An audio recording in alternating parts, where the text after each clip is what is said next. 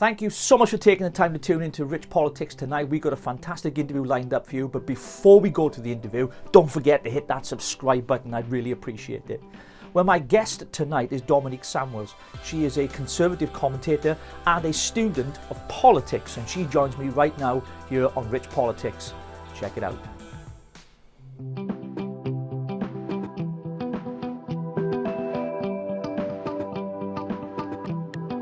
Thank you so much for agreeing to come on Rich Politics. I really appreciate it. You know, it's a new show, so I'd say to all of our viewers, hit that subscribe button. Really appreciate it. And you've been quite vocal for many, many years. I remember you very heavily involved in the Brexit stuff. You know, you were quite vocal on social media. You got a huge following. You've spoken on a whole number of different programs. And it seems as if it's not because you're black, because you know what they're like. If you say, well, if she's black, she gets a voice. But this has become a problem in today's society, the whole race issue, hasn't it? Yeah. A lot of people would say that I only have a following because I'm a conservative black person. And that's like, you know, a novel thing. So that's automatically why I get the sort of attention I do. And a lot of people have said it's also because I'm light-skinned as well, which is like just really random, and say that I can't have an opinion and blah, blah, blah. People are only interested in me because I say X, Y, and Z.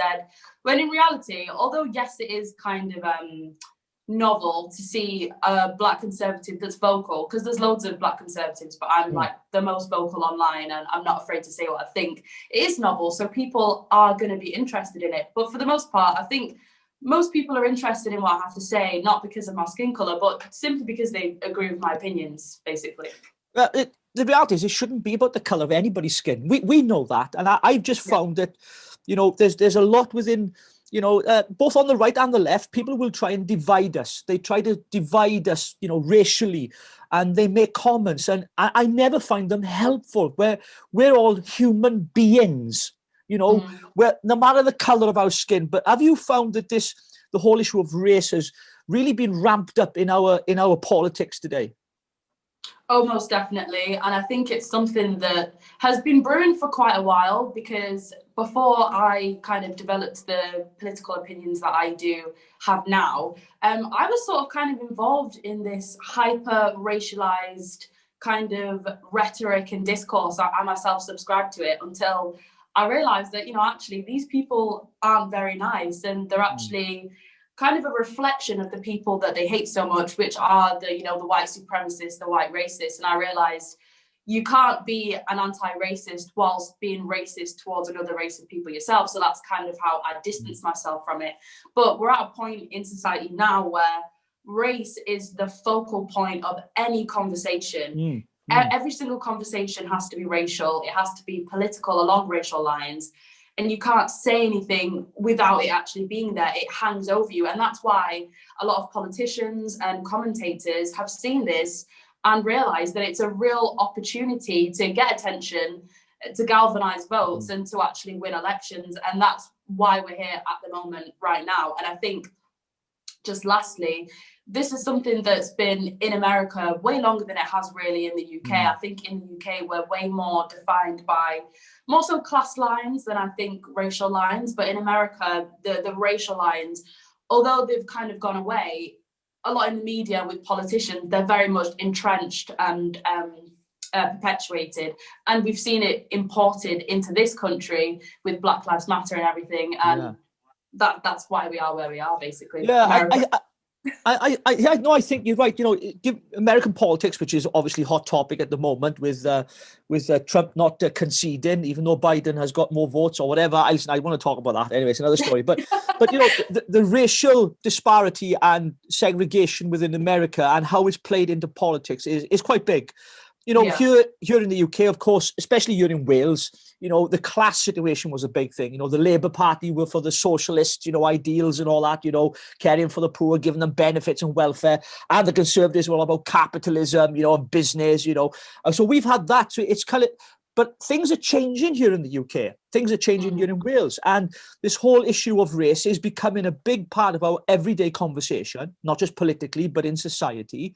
And I've even found myself having to check what I'm going to say, just in case I'm going to get into trouble for it, knowing that I've got an ounce of racism in my body. But I'm told I might have because it's unconscious, and so it's very difficult then to have a kind of level playing field of debate or discussion when you're having to censor your own thoughts and your speech before you engage with someone politically. And I find that quite frustrating because it doesn't allow the freedom of speech to be so free because we're having to censor it. And do you find that's happening as well? Almost definitely. And I think what you said is what it's actually designed to do. It's designed to censor people and resign people to a certain area of speech that a loud and vocal minority of people render acceptable. And I'd just like to say that I find people that police themselves and the way they speak with regards to race, I'm quite suspicious of those people, because if you feel that you have to police everything that you say and be really, really careful, well, what are you actually thinking? What are your actual intentions? I'm not convinced by people that act as though they're, complete saints when it comes to race, and completely not racist because they say all the right things. I'm more interested in people that are honest about the way they speak and say it to my face. I want to know what you think and how you feel, not how you think other people should view you and how other people want you to speak. And I think we're at a real dangerous point in society where we can't say what we think. And all of that does, I believe, is foster two sides of the extreme. You've got extremists on the left that want to censor everything that anyone says.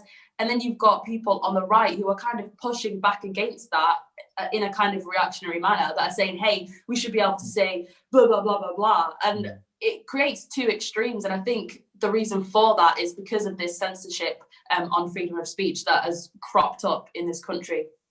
It's almost like we talk about, cancelling culture, this kind of dropping people because they've got a particular narrative we don't agree with. But we're getting to a point now where we're cancelling language, where people are afraid to say certain things. And I've noticed on social media, because social media can be a pit of toxic stuff as well. Let's be honest, we know that. I mean, we've had our trolls and all that, slating us on social media, get all that. But that aside, there is a place, isn't there, for debate and conversation and for education, to educate one another. And I was just thinking before I came on to the show tonight about the Black Lives Matter movement. Of course, back in March here in Wales, we had a huge march outside the Senedd in Cardiff, even though it wasn't allowed apparently because of lockdown.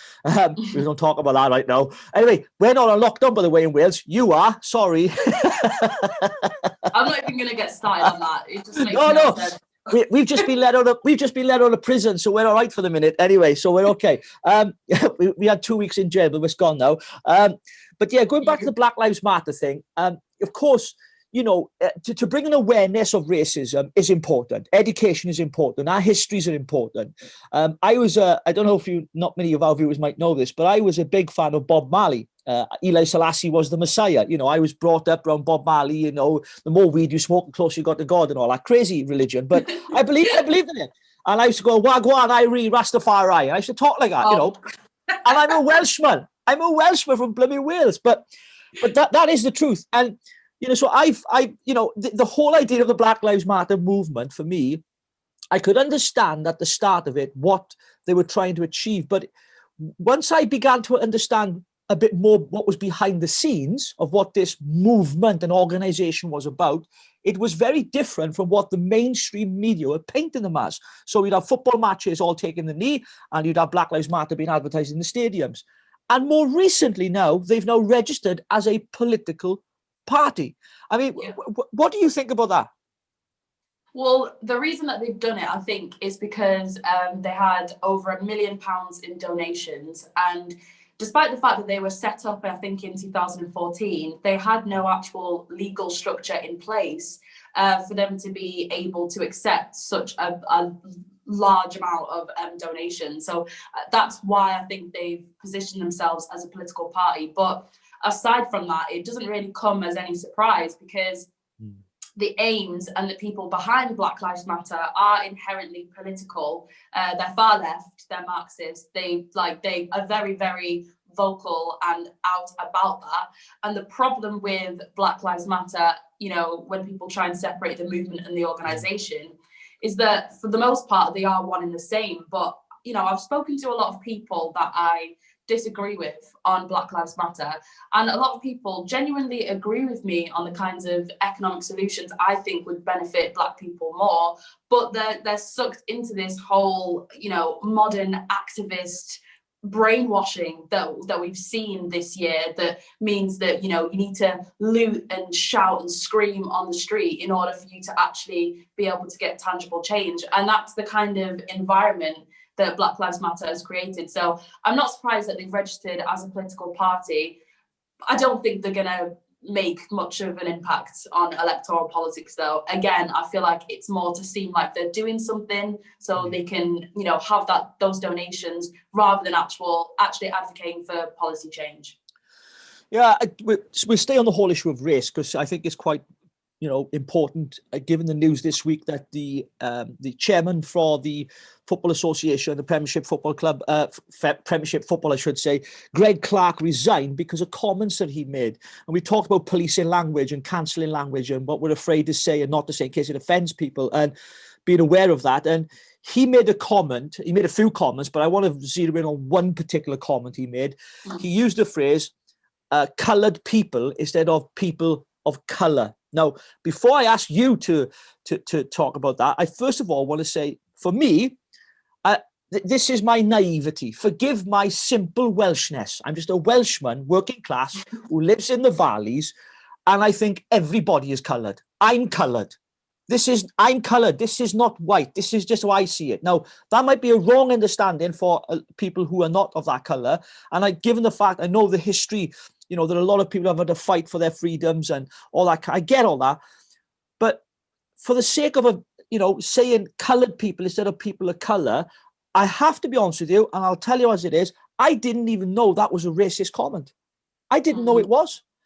Now, educate me, yes, but I didn't know. No, he didn't make it in a vicious way or a nasty way, not what I understand. But, if I was to say, I would never use this phrase because I always check myself, but should I be, a coloured person? I wouldn't say that. I'd say Dominique, because that's who you are. You're Dominique. It doesn't matter what colour you are.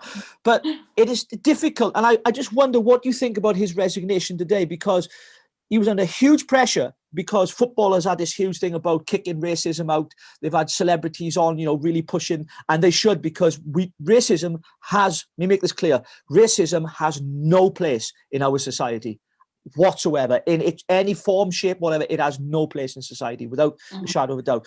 But should he have resigned because he said people of colour, or should have said people of colour instead of coloured people? I mean, I don't know. What do you think about that? I think it's a bit of a difficult one, because the term coloured person, I think the issue with that term is the connotations that it has, like you said, with segregation in America, separating the coloureds from white people and things like that. So that's the context that it has. However, I think that, if you consider his age, I think he's like 63. He probably grew up around that kind of language. So it's not that he said it in a malicious or nasty way. I'm assuming that he didn't. It's that it's literally what came to his head first. I think Amber Rudd did the same thing on the radio. Don't think she resigned over that. She said coloured as well, and then apologised for it. So don't think it was malicious. I don't necessarily feel as though he had to resign for it. I think he should have just explained he's old. It was, slip of the tongue, whatever. But what I want to focus on really is the hypocrisy around that, though, because people of colour, the term people of colour, is literally just a posh way of saying coloured person. It's like a French way of saying coloured person, a person de couleur. That's literally it. And that's kind of where we're at now, where we have shifted what certain words mean, moved a few words around to make them sound more politically correct. And today, I can say person of colour, or you can say person of colour, because I'm a person of colour, and be politically correct, but you can't say coloured person. And it's kind of just it's backwards. I think it's backwards. And I actually do get offended when people call me person of colour. I think it's patronising. I'm not a person of colour. I'm black, mixed race, or whatever you want to call it. And most of all, I'm an individual. I don't really need to be resigned to person of colour. I just think it's patronising. And it's the same people that you see pushing this stuff, though. It's liberal lefties that think they're being really good. They think they're being really virtuous when in reality they're just patronising people. So yeah, that's my opinion. Well, I wonder though, you know, with some of the woke left liberals, what are they trying to achieve? Because I've got to the point now where I'm getting fed up of the divisions that they're creating. They're creating divisions sometimes they're not even there, and they're looking for these areas of division. Like, what are you doing? Can you just, like in the words of Bob Marley, one love, you know, just love that. We'll all hug each other. We love each other. Let's get on with life. But they seem intent on, like, you know, dividing us. And it really worries me. I mean, I see it here in Wales. I see it. We have an issue in Wales with Welsh nationalists. Like, they're, you know, they see the English as their oppressors. So it's kind of not quite the same as a colour issue, but it is an issue. It's an issue of, you know, they see England as the oppressors and Wales as, you know, we're being hard done by. And I don't agree with it, by the way, but, you know, but and they're liberal left, they're woke, and they have this idea that we've got to divide and we've got to cause problems all the time. And I just wonder, though, the long-term aim of these kind of people, they're thinking, I mean, I don't quite understand what it is they're trying to achieve, apart from causing anger in people, from shutting down free speech, from not allowing proper debate to take place anymore. Now, we know when we face or we see anti-Semitism or Islamophobia or racism or whatever it might be, we call it out. Absolutely. But it's as if they're trying to dig for stuff that isn't there. It's just like, why are you doing that? What is their game? Well, the game really is they're in pursuit of this utopia. And we all know that utopia does not exist. And in their utopia, race doesn't exist. Well, race actually is a bit of a difficult one, because in their utopia, no one sees colour at all, in the sense that, you know, we're all seen as the same, because that's kind of what left-wing people perpetuate. It's this collectivism.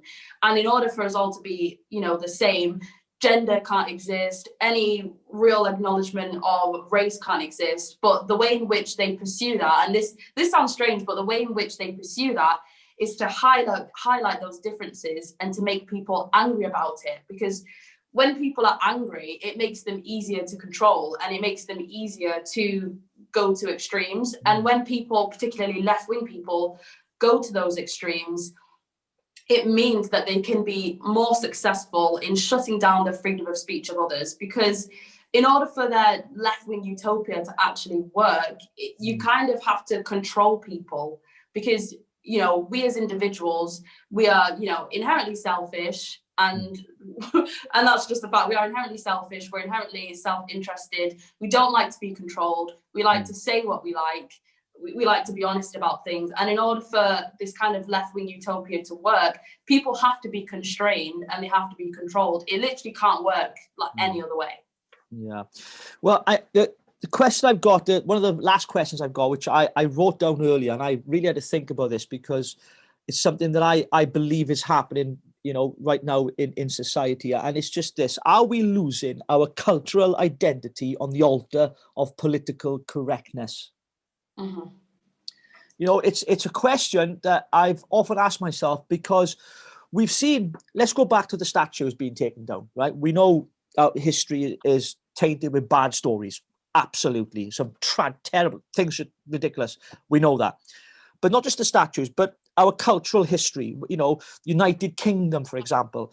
Are we seeing the cancelling of a culture? Is there a cultural terrorism, I call it, if you like, of losing our identity on the altar of political correctness? So because things offend people and our history is offensive, let's be honest, it really is. You know, we did some bad things. Our country, you know, I mean, I wasn't around then, neither were you, Dominique. You know, we learned in school that we didn't know. Like, I had nothing to do with us, boss, but we know it was there.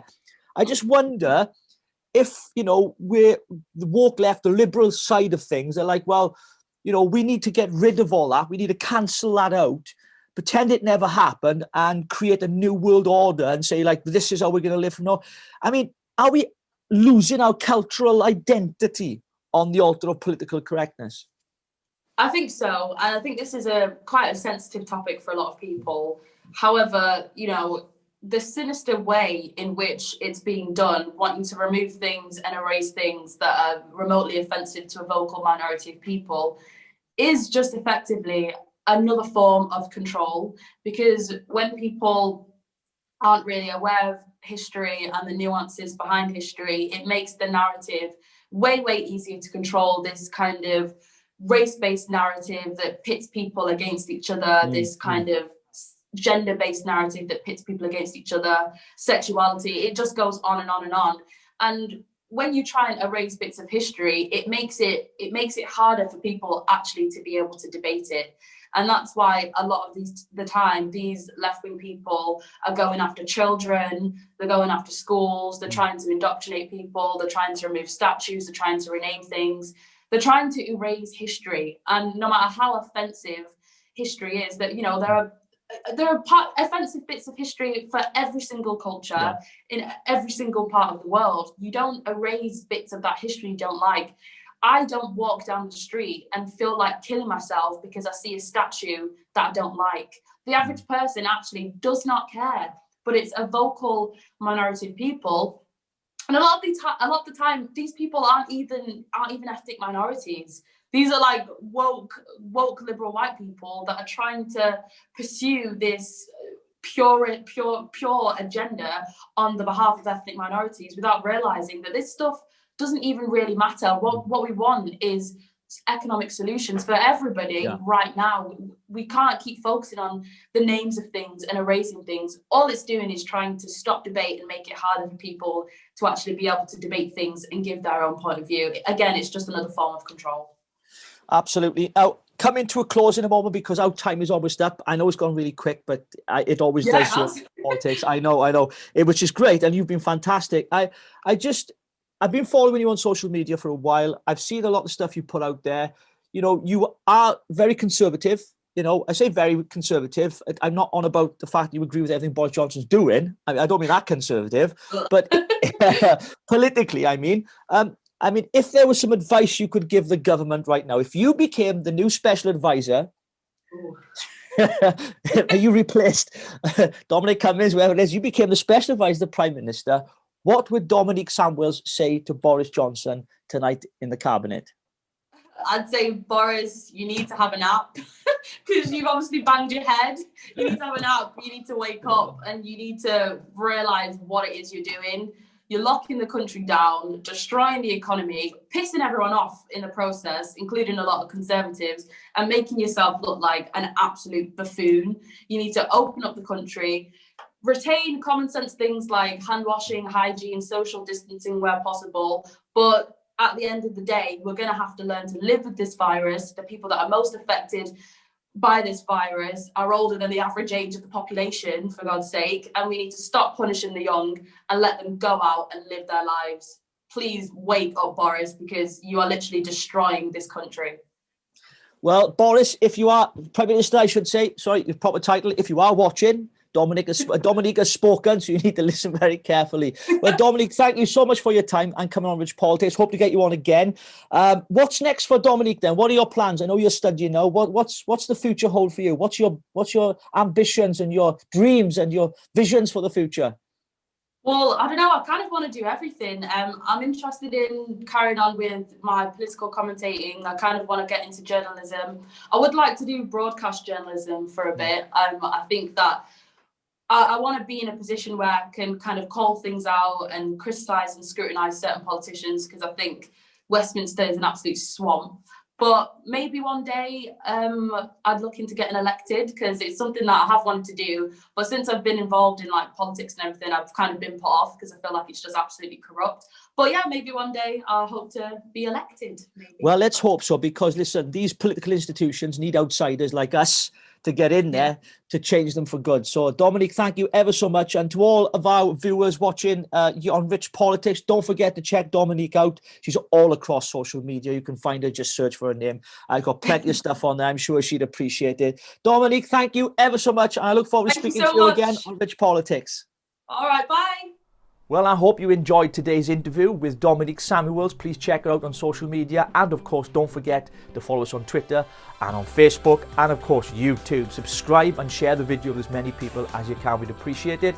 And I'll catch you on the next episode on Rich Politics.